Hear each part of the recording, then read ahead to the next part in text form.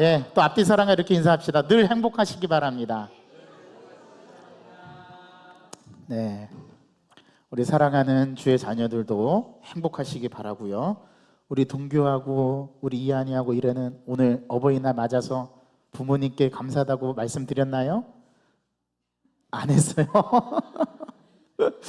자, 오늘 어버이날인데 어떻게 여러분들 부모님에게 다 안부 인사드리고 또 부모에게 감사하다는 은혜의 말을 다 나누셨는지 모르겠습니다. 예, 우리 지금 이 자리에 부모님은 안 계시지만 멀리서 듣는다 생각하시고 우리 함께 같이 부모님께 감사의 은혜를 전해보는 시간이 되었으면 좋겠는데, 우리 이렇게 부모님에게 우리 오늘 이 멘트를 방송을 통해서 전달합시다. 어버이 은혜 감사합니다. 낳아주시고 길러주셔서 감사합니다. 네, 감사합니다. 우리가 오늘 이제 창세기 14장 드디어 들어왔는데요. 우리 지난 시간에 배운 바를 짧게 복습하고 오늘 본문 말씀으로 함께 은혜를 나누고자 합니다. 여러분, 우리가 지난주에 함께 공부했던 13장은 두 가지의 이야기로 되어 있는데, 하나는 아브라함이 어떤 이야기가 나왔었죠? 소유가 풍족함으로 인해서 발생되는 그 아브라함의 목자와 롯의 목자가 서로 다투면서 갈라서게 되는 이야기가 첫 번째 이야기로 나오고, 그 이어서 조카 롯과 이제 아브라함이 결별을 하고 나니까 바로 이어서 하나님께서 누구를 부르셔요? 예, 헤어지기가 무섭게 마치 하나님이 아브라함과 조카 롯이 결별하기를 기다렸다는 듯이 하나님께서 조카 롯이 딱 자기 땅을 찾아서 떠나가니까 바로 누구에게 나타나셔서? 아브라함에게 나타나셔서 아브라함을 두 번째로 부르십니다. 첫 번째 부르셨을 때 주셨던 하나님의 명령은 뭐였습니까? 너는 너의 고향과 친척과 아버지의 집을 떠나 내가 내게 보여줄 땅으로 가라 하면서 아브라함을 부르시는 게 12장 첫 번째 부르심이었죠. 두 번째 부르심은 이 아브라함이 조카 롯과 결별하니까 그때 다시 하나님께서 부르셔서 아직 아들 한 명도 없던 시절에 두 가지의 약속을 다시 또 하나님께서 말씀하시는데, 그 약속이 뭐였어요? 내가 지금 네가 밟고 있는 이 땅을 너와 내 자손에게 주겠다. 너에게도 주고 내 자손에게도 주겠다. 자, 그런데 너에게 주겠다라는 것은 이미 이루어졌어요. 어떻게 이루어졌어요? 그가 75세에 하란을 떠나서 가나안 땅에 들어갔습니다. 그리고 그 땅을 이미 하나님께서 누구에게 주셨어요? 아브라함에게 주셨죠. 그런데 그 약속의 땅, 가나안 땅을 딱 밟고 났을 때 바로 뭐가 생깁니까? 기근이 생기잖아요. 그래서 애굽으로 건너가게 되는 거 아닙니까? 우리 그 이야기도 이미 13장에서 살펴보았습니다. 그리고 두 번째 약속은 어떤 약속이었어요? 자, 네가 눈을 들어서 동서남북을 다 바라보고 이 땅을 너와 내 후손들에게 줄 건데 너에게 셀 수 없을 만큼의 뭐를 주겠다고요?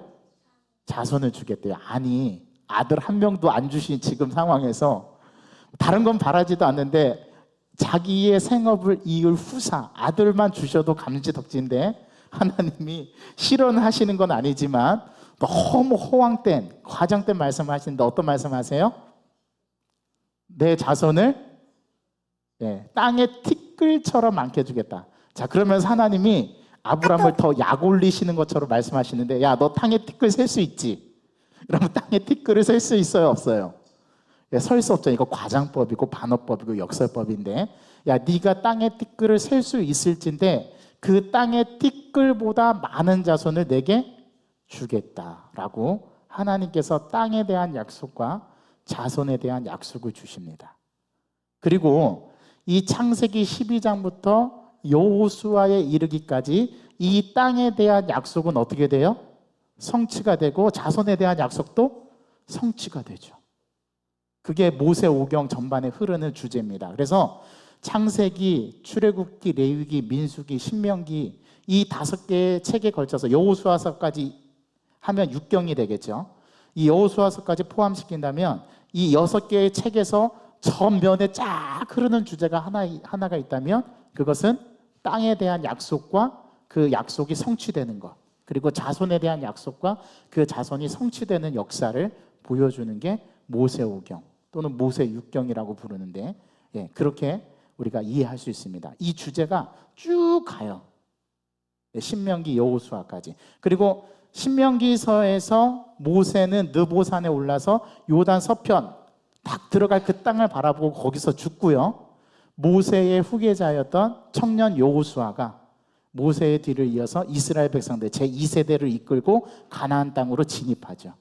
그래서 땅을 정복하는 이야기가 여호수아서에 나옵니다. 요 내용이 쭉 이어지는 건데 그 시발점이 되는 약속을 준 때가 바로 이때예요.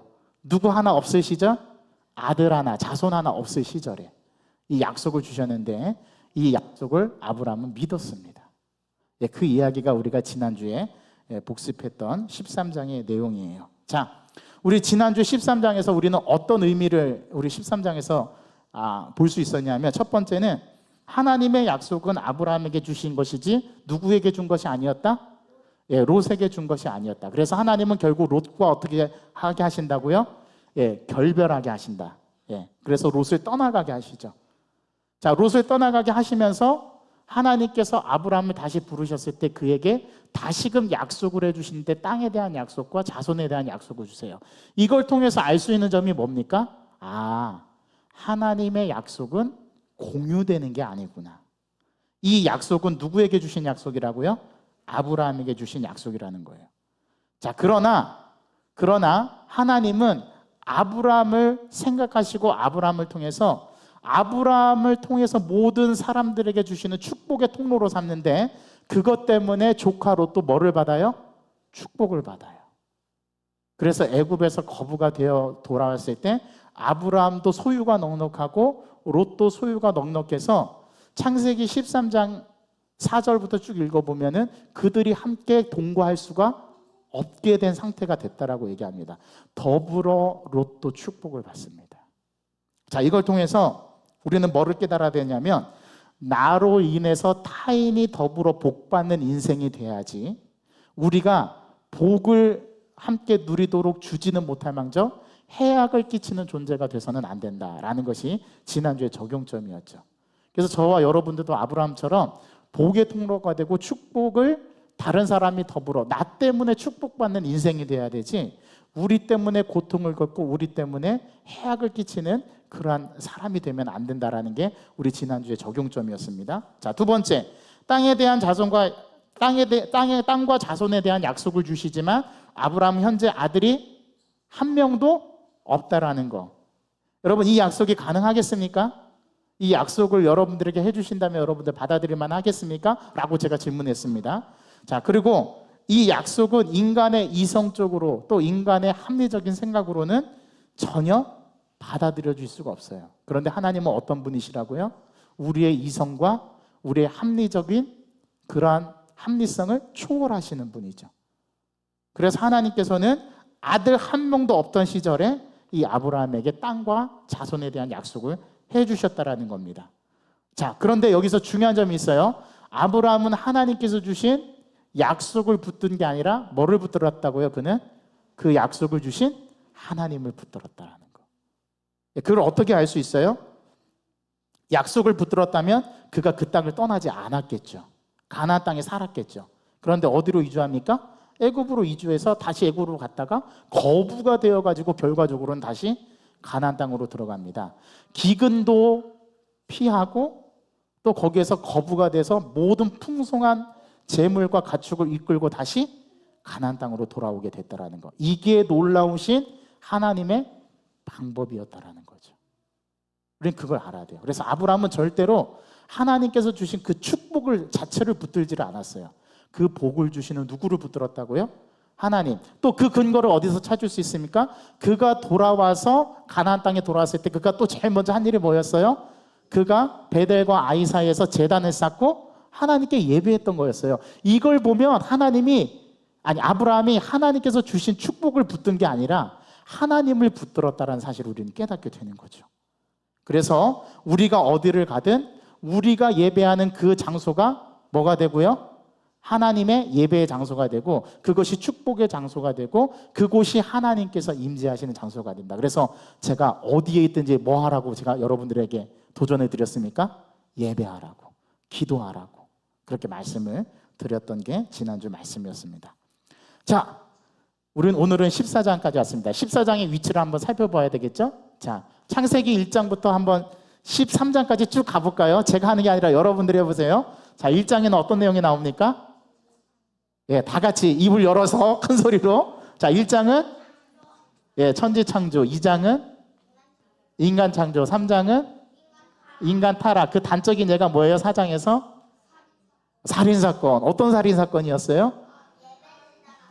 예, 가인과 아벨. 예배드리다가 가인이 아벨을 죽이는 사건이 나옵니다. 인류 최초의 살인사건이라고 그랬죠.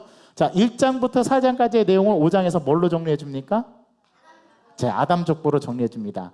자, 족보의 기능, 창세기에 나오는 족보는 두 가지 기능을 한다고 그랬어요. 앞에 나왔던 사건의 이야기들을 정리해 주는 기능을 하고, 두 번째는 그 다음 장에 나올 누구를 소개해요? 인물을 소개합니다.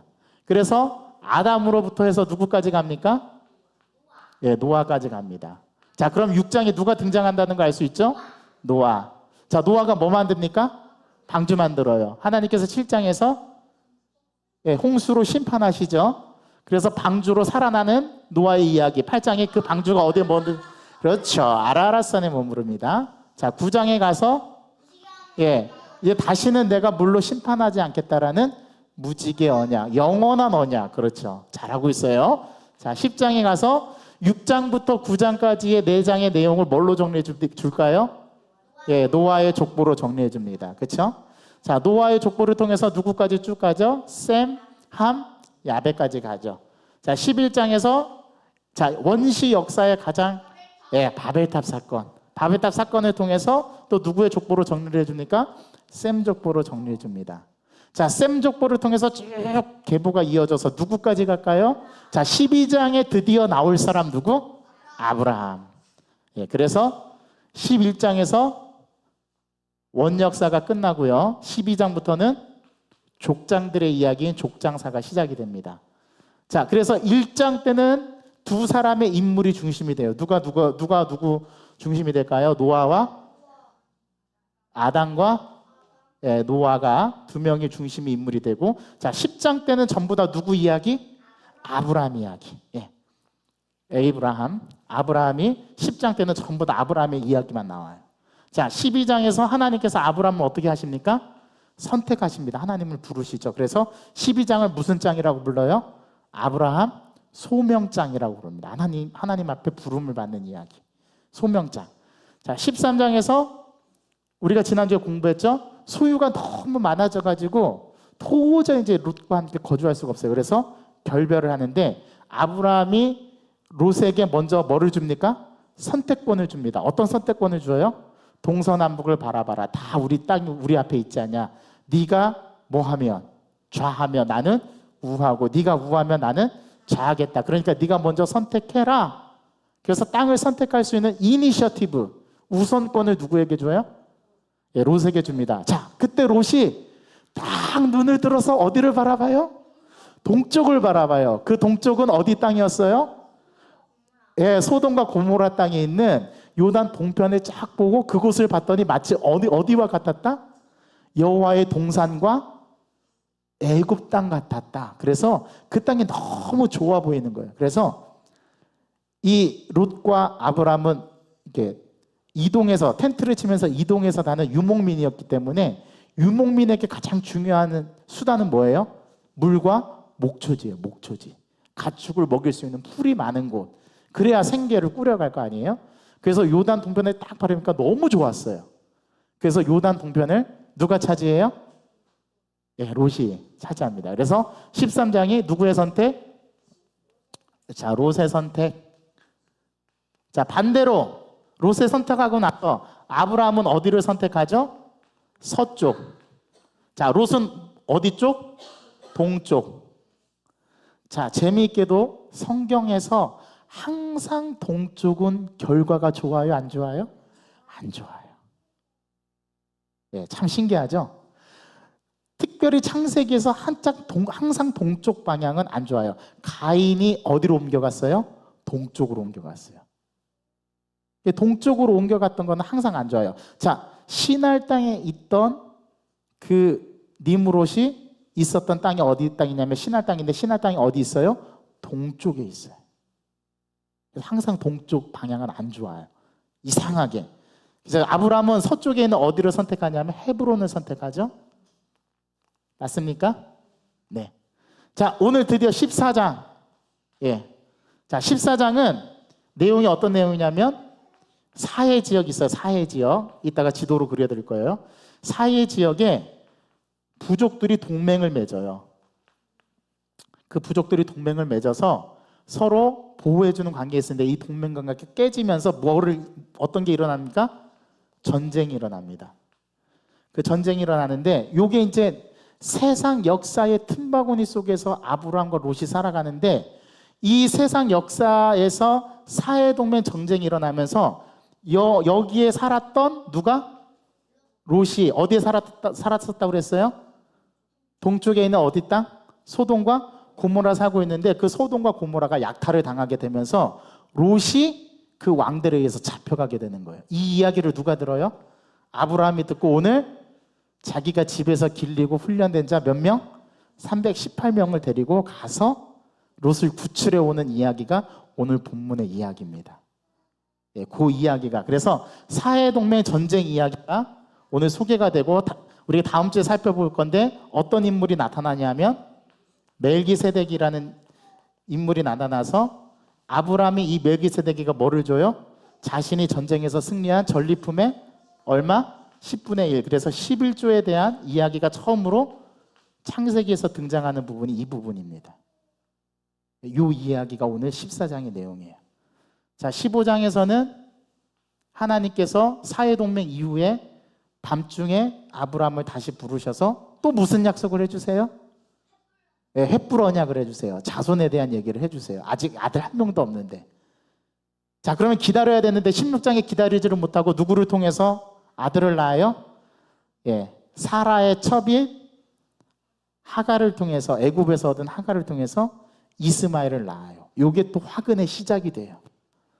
자, 17장에서 하나님이 네가 온전해야 되는데 온전하지 못해서 어떻게 하래 하나님이 할례를 행하고 이름을 어떻게 합니까? 바꾸어 줍니다. 아브라함으로 또 사라로. 18장에 가서 19장에 있을 일을 위해서 천사 셋을 하나님께서 보내시는데 어디로 보내냐면 소돔과 고모라로 보내죠. 왜요? 여기에 죄악이 너무 관영해서 하나님이 이 도시를 심판하기로 작정하셨어요. 그래서 천사 셋을 보내는데 그 중에서 둘은 소돔과 고모라 땅을 향해서 가고 한 사람은 남아서 아브라함과 대화를 하는데 실제로는 아브라함이 못 가게 하죠. 예, 이 심판을 늦추려고 아브라함이 물고 늘어지는데 뭐라고 물고 늘어지냐면 그 소돔과 고모라 땅에 의인 50명이 있으면 어떻게 하시렵니까?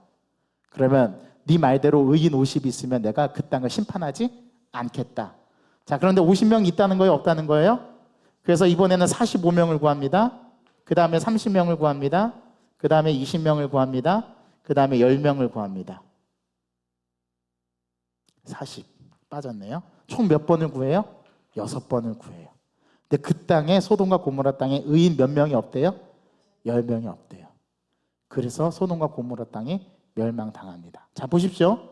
롯이 선택한 것이 어디였어요? 소돔과 고모라인데 잘못 선택했죠? 그 선택한 그 땅이 19장에 가서 멸망당합니다. 이 이야기가 10장 때 일어나는 사건의 주된 내용이에요. 오늘은 그 가운데 우리가 몇 장을 살펴볼 거예요? 14장, 예, 사해동맹 전쟁을 살펴볼 겁니다. 자, 여기까지 이해되셨죠? 네, 잘 따라오셨어요. 잘하고 계십니다, 여러분. 자, 제가 이스라엘 지도를 그려볼 테니까 잘 보세요. 이스라엘 지도는 되게 간단해요. 쭉 와서 한번 꺾어지고 쭉 내려가면 됩니다. 이렇게 가서 쭉 갑니다. 자, 여기가 오늘날의 터키지요. 예, 터키 맞답니다. 예, 그리고 헐몬에서 쭉 내려와서 요 뾰족한 곳 만처럼 이렇게 톡 튀어나온 곳처럼 생긴 요보다 조금 위에 여기가 이렇게 생긴 게 있는데 이게 뭐냐면 갈릴리 호수예요. 그리고 갈릴리 호수 쭉 타고 내려와서 이만큼 와서 이렇게 있는 게 여기가 사해입니다. 지금의 사해, 여매라고도 부르고요. 자, 여기가 단이에요, 단.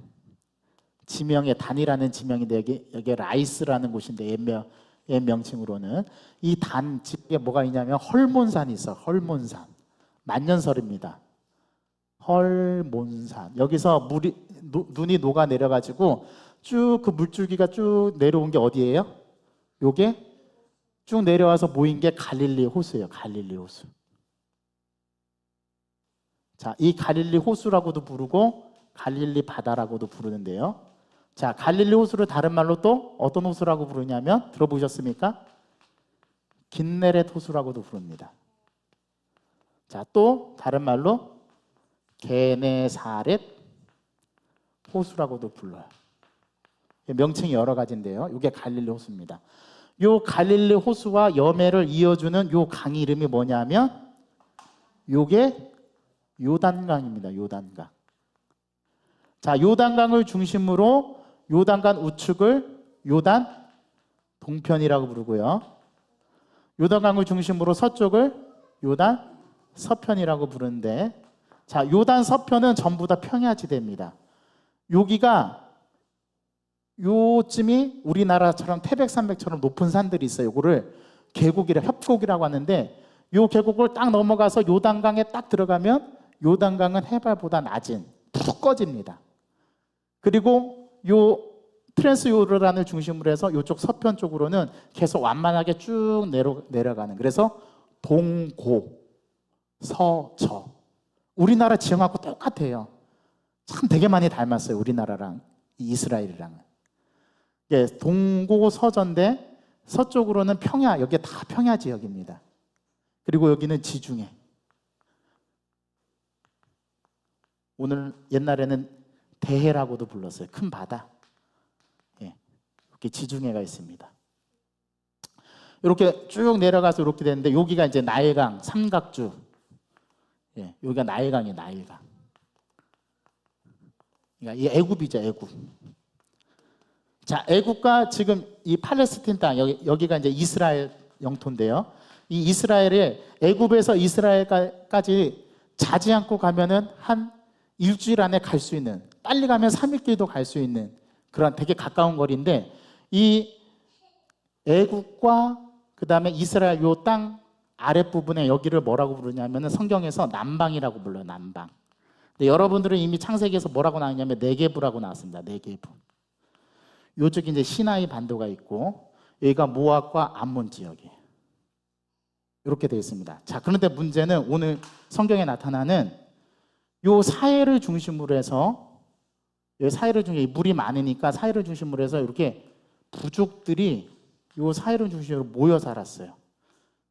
자, 그리고 소돔과 고모라가 어디냐면 요 사해 여매의 끝부분, 여기가 소돔과 고모라 땅입니다. 자, 요단 동편에서 아랫부분에 속하는 부분이에요. 그래서 이렇게 요 중심을 모여서 살았는데, 요때 부족들은 이제 힘이 강한 부족이고 힘이 약한 부족이 있잖아요. 그럼 강한 부족은 어떻게 하냐면 약한 부족을 정복했어요.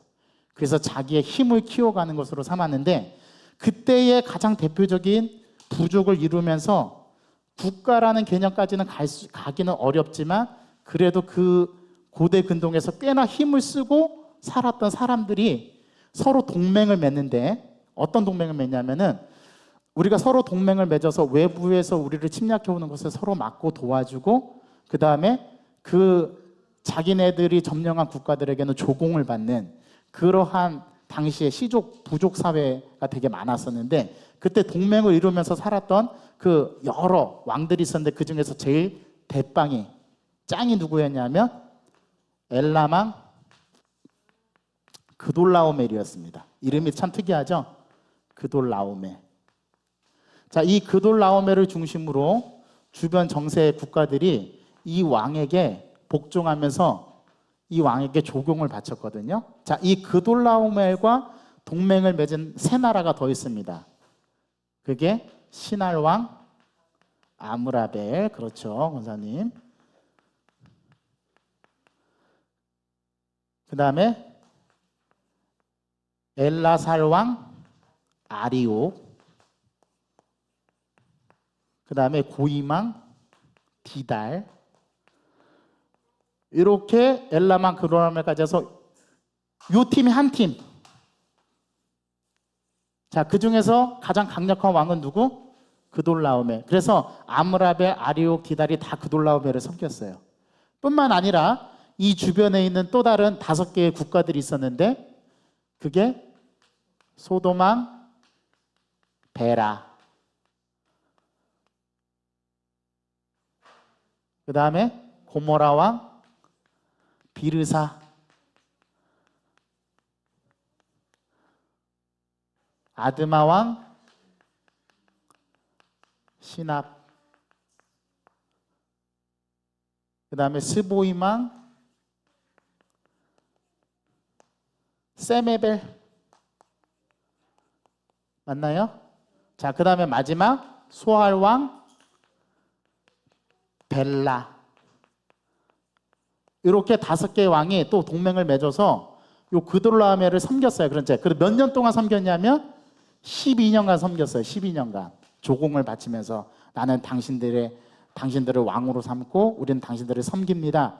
이렇게 잘 평화롭게 12년 동안 지내다가 자, 13년이 되던 해에 요 5개의 왕이 힘이 조금 커졌습니다.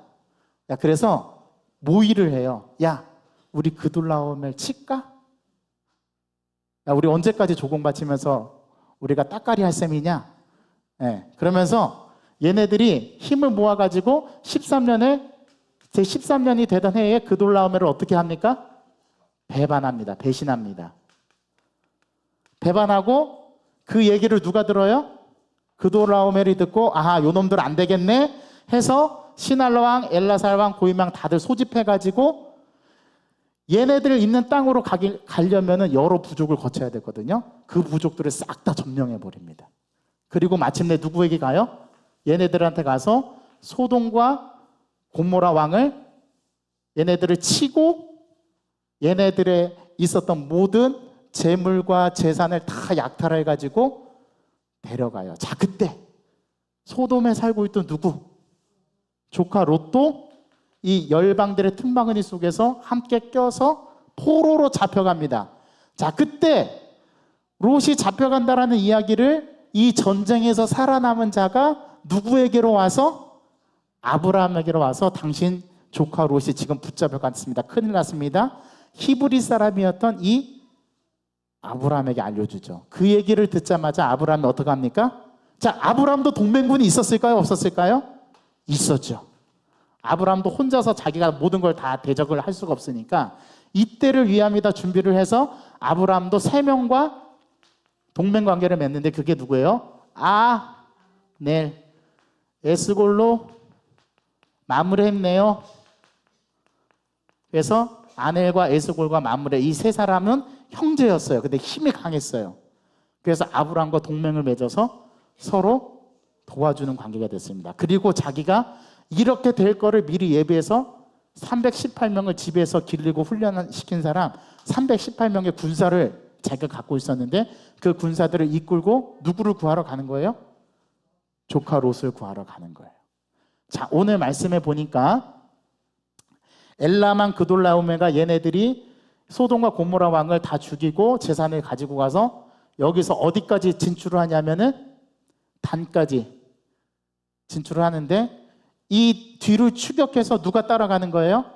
아브라함과 군사 18명이 이 뒤를 추격해가지고 가서 단까지 쫓아가서 그 군사들을 밤중에 무찌르고 또 어디까지?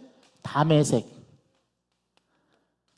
왼편 호바까지 쫓아가서 마침내 조카 롯과 그의 재물과 그의 부녀와 자녀들을 다 되찾아서 그돌라오멜 왕을 정복하고 아브라함이 평정하고 그리고 자기의 조카 롯과 모든 재산을 다 찾아서 돌아옵니다.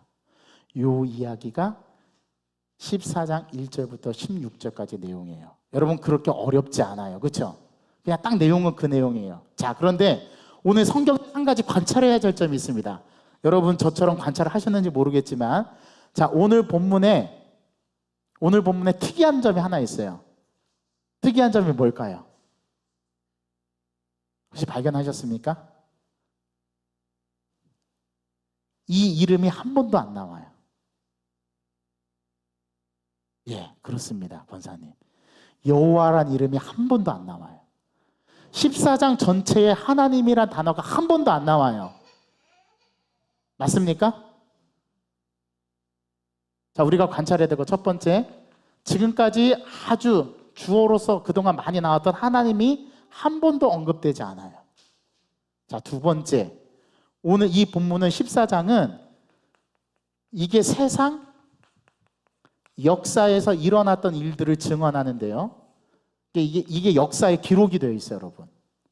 세상 역사에 나온, 세계사에 나오는 얘기예요. 근데 그 가운데 한 번도 하나님이란 이름이 등장하지 않고 오늘 본문에서는 주로 주어가 누구로 나와요? 아브라함이 나옵니다. 아브라함. 그래서 아브라함이 주인공처럼 그려져요. 자, 하나님이 한 번도 나오지 않은 성경책이 또 있는데 있습니다. 자, 그걸 말하려고 하는 게 아니라 왜 하나님이라는 이름이 한 번도 나오지 않을까요? 그리고 오늘 창세기 저자는 이 14장의 내용을 굳이 안 넣어도 될 것 같은데 우리가 볼 때는, 그런데 이 기록을 통해서 우리에게 전달하려고 하는 메시지가 뭘까요? 제가 이거 참 많이 고민했습니다. 오늘 하나님이라는 이름도 한 번도 안 나타나요. 도대체 오늘 말씀을 읽으면서 도대체 뭘 말하려고 하는 걸까? 이 본문이, 창세기 본문이. 왜 그리고 이 내용을 창세기 저자는 기록을 했을까? 이 세상 역사에 관한 세상 왕들의 이야기들, 이 정복당하고 전쟁하는 이 이야기를 굳이 넣은 이유가 뭘까? 제가 오늘 그 고민을 많이 해봤어요.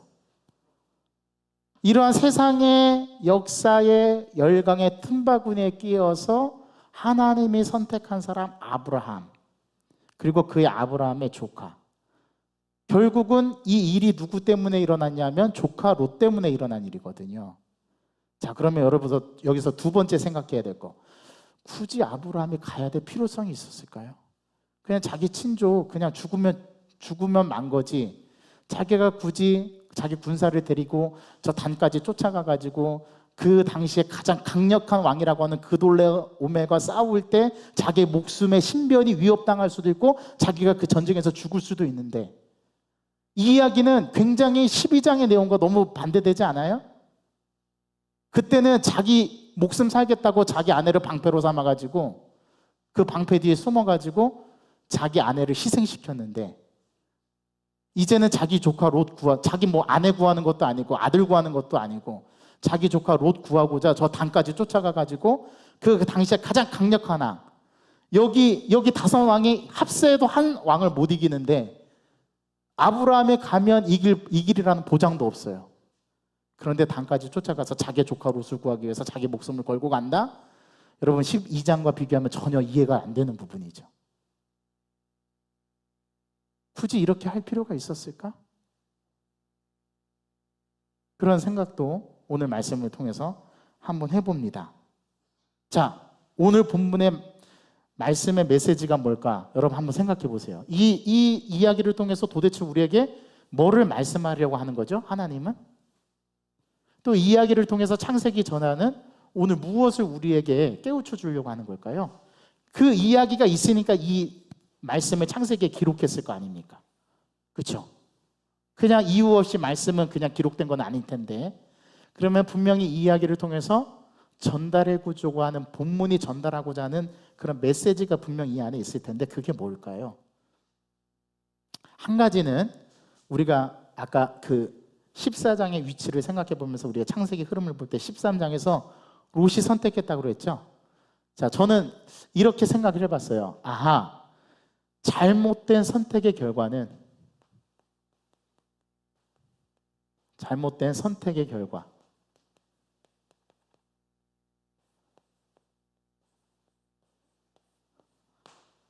그 결과는 어떻게 하다? 참혹하다. 이미 19장까지 갈 거 없습니다. 이미 여기서 소돔과 고모라는 한번 심판을 받아요. 누구에 의해서요? 그돌라오멜에 의해서. 일단 이 메시지로 우리는 한번 이 본문 안에서 생각해 볼 수 있어요. 여러분, 그것도 아브라함이 잘못한 게 아니에요. 누구 때문에 일어난 일이라고요? 롯 때문에. 이 롯 때문에 계속해서 문제가 일어납니다. 아예 처음부터 하나님의 말씀에 순종해서 조카 롯을 데리고 가지 않았다면 아브라함이 굳이 이 일들을 겪을 필요가 없었을 텐데 이 롯 때문에 계속해서 문제가 발생해요. 그래서 그 결과는 진짜 참혹하다는 거예요. 이거는 아브라함도 자유로울 수가 없어요. 결국은 아브라함이 가잖아요. 누구를 구출하기 위해서? 롯을 구출하기 위해서 갑니다. 예.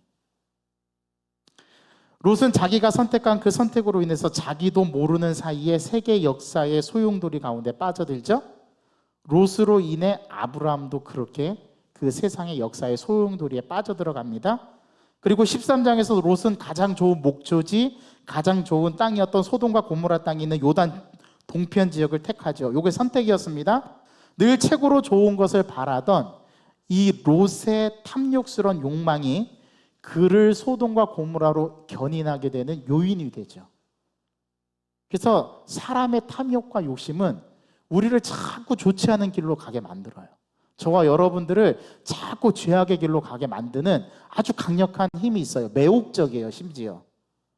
아브라함이 요단 동편을 선택하지 않고 롯이 요단 동편을 선택하지 않고 아브라함처럼 요단 서편에 있는 땅을 선택했다면 이런 위험은 감수하지 않아도 이런 일 자체가 아예 일어나지 않았겠죠.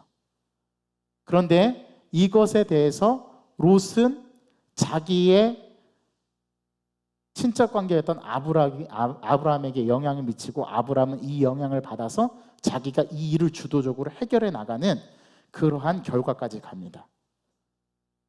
우리도 이와 비슷하게 하지 않아야 될 일을 하거나 우리가 가지 않아야 할 곳으로 가도록 유혹을 받을 수 있어요. 우리가 갈망하는 번역은 매우 매력적이거든요. 그래서 사람들은 다 이 매력적인 것을 향해서 자기의 길을 정하고 발걸음을 그 길로 옮기는 경우가 많습니다. 그런데 그 길은 나도 모르는 사이에 멸망의 길이 될 수 있다는 거. 그걸 어떻게 분별할 수 있느냐? 오늘 이걸 보여줘요. 오늘 이 사건을 통해서, 이 본문을 통해서.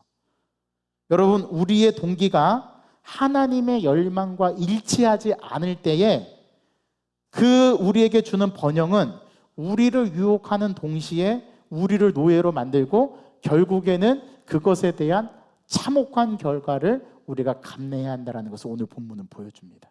이게 첫 번째 메시지예요. 자, 두 번째. 오늘 이 메시지를 통해서 우리가 누구를 살펴볼 수 있냐면 아브라함이라는 인물을 살펴볼 수 있어요. 오늘 본문에서 아브라함의 세 가지 성품이 등장하거든요. 그 세 가지 성품을 엿볼 수 있는데 첫 번째는 아브라함은 어떤 사람이었냐? 용기와 지혜가 있던 사람이었어요. 자, 여러분 12장에서 아브라함의 모습과 대조해 보면은 12장에는 아브라함은 숨었던 사람입니다.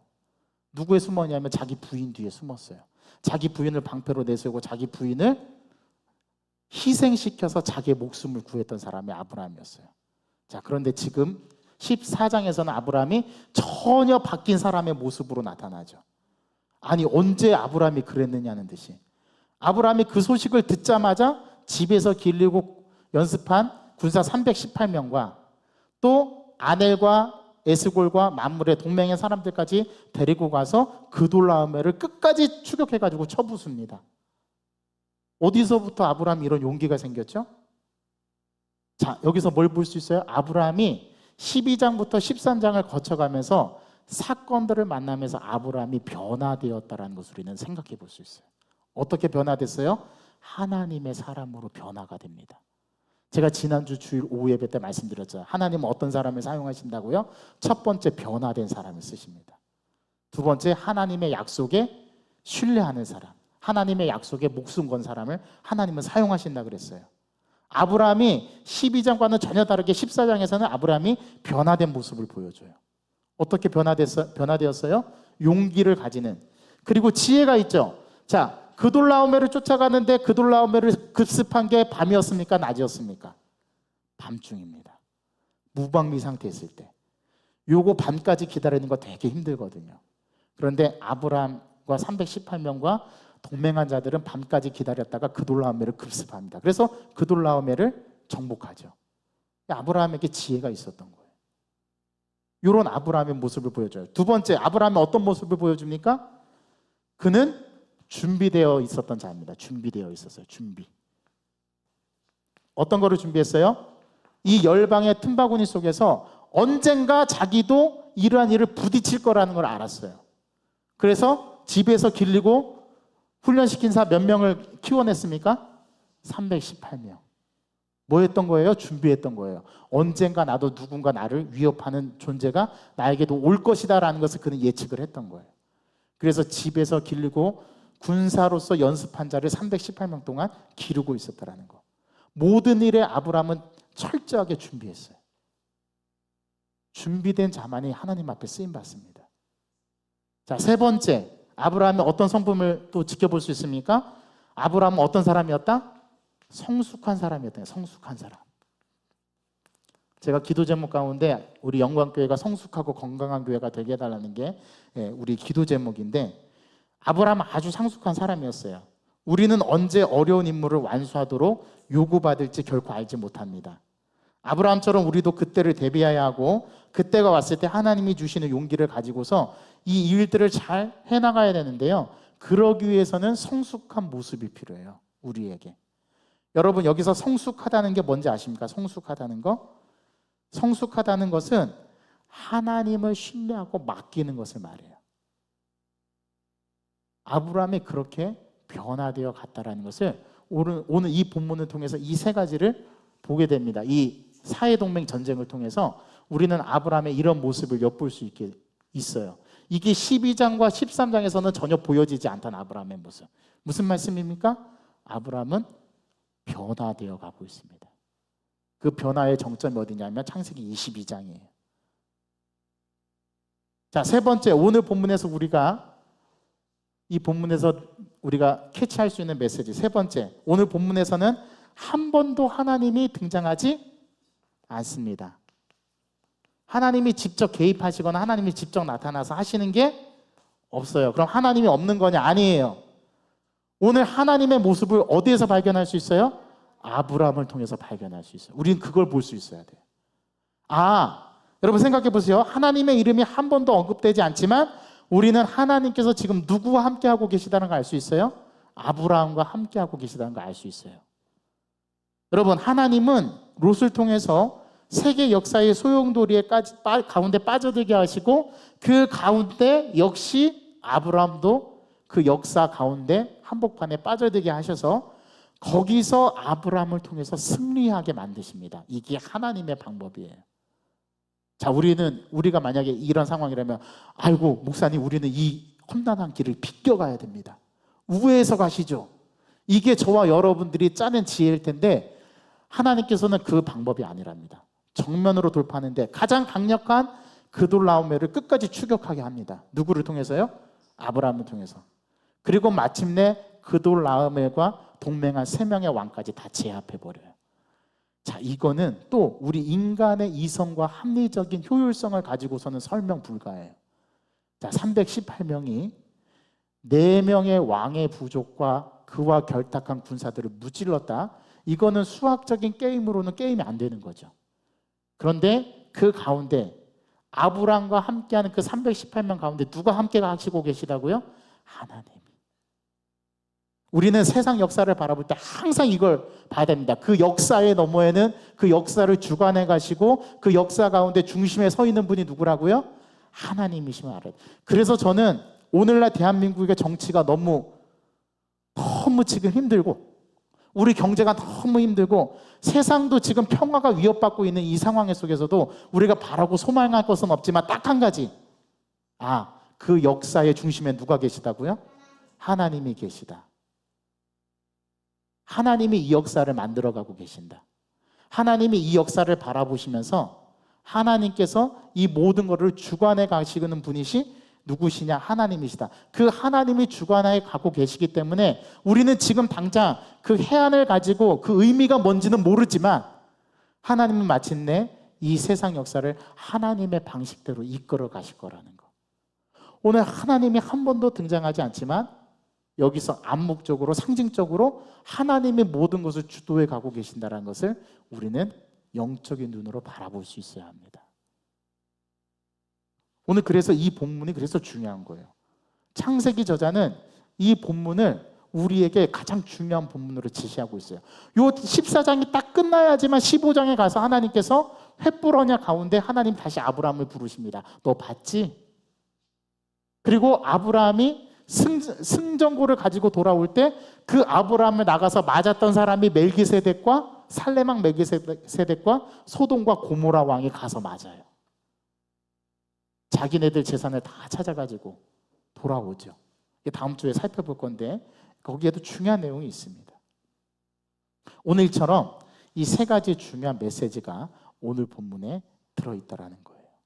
이걸 기억하시고 오늘 이 창세기의 이 말씀을 기록한 이 말씀 가운데 역사하시는 하나님을 우리가 영적인 눈을 들어서 바라봐야 되고 우리의 시선과 관심을 요 하나님에게로 돌릴 수 있어야 됩니다.